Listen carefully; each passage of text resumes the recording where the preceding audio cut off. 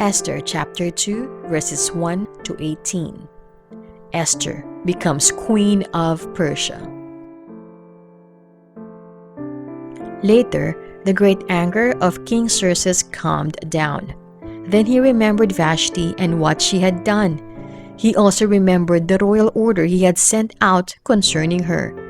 At that time, the king's personal attendants made a suggestion. They said, "King Xerxes, let a search be made for some beautiful young virgins for you. Appoint some officials in every territory in your kingdom. Have them bring all these beautiful young women into the fort of Susa. Put them in a special place where the virgins stay. Then put Haggai in charge of them. He's the official who serves you. He's in charge of the women. Let beauty care be given to the new group of women. Then let the young woman who pleases you the most become queen in Vashti's place." The king liked that advice, so he followed it. There was a Jew living in the fort of Susa. He was from the tribe of Benjamin. His name was Mordecai. He was the son of Jair. Jair was the son of Shimei. Shimei was the son of Kish. Nebuchadnezzar had forced Mordecai to leave Jerusalem. He was among the prisoners who were carried off along with Jehoiakim. Jehoiakim had been king of Judah. Nebuchadnezzar was king of Babylon. Mordecai had a cousin named Hadassah. He had raised her because she didn't have a father or mother. Hadassah was also called Esther. She had a lovely figure and was very beautiful. Mordecai had adopted her as his own daughter. He had done it when her father and mother died. After the king's order and law were announced, many young women were brought to the fort of Susa. Haggai was put in charge of them. Esther was also taken to the king's palace. She was put under the control of Haggai. He was in charge of the place where the virgins stayed. Esther pleased him. He showed her how happy he was with her.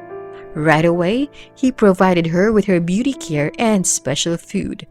He appointed 7 female attendants to help her. They were chosen from the king's palace. He moved her and her attendants into the best part of the place where the virgins stayed. Esther hadn't told anyone who her people were. She hadn't talked about her family. That's because Mordecai had told her not to. Mordecai tried to find out how Esther was getting along. He wanted to know what was happening to her. So he walked back and forth near the courtyard by the place where the virgins stayed. He did it every day. Each young woman had to complete 12 months of beauty care. They used oil of myrrh for 6 months, and they used perfume and makeup for the other 6 months. A virgin's turn to go into King Xerxes could come only after a full 12 months had passed. And here is how she would go to the king. She would be given anything she wanted from the place where the virgin stayed. She could take it with her to the king's palace. In the evening, she would go there. In the morning, she would leave. Then she would go to the special place where the king's concubines stayed. She would be put under the control of Shaashgaz. He was the king's official who was in charge of the concubines. She would never return to the king unless he was pleased with her. He had to send for her by name before she could go to him again. Mordecai had adopted Esther. She had been the daughter of his uncle, Abihail. Her turn came to go into the king. She only asked for what Haggai suggested. He was the king's official who was in charge of the place where the virgins stayed. Everyone who saw Esther was pleased with her. She was taken to King Xerxes in the royal house. It was now the 10th month. That was the month of Tebeth. It was the 7th year of the rule of Xerxes. The king liked Esther more than he liked any of the other women. She pleased him more than any of the other virgins. So he put a royal crown on her head.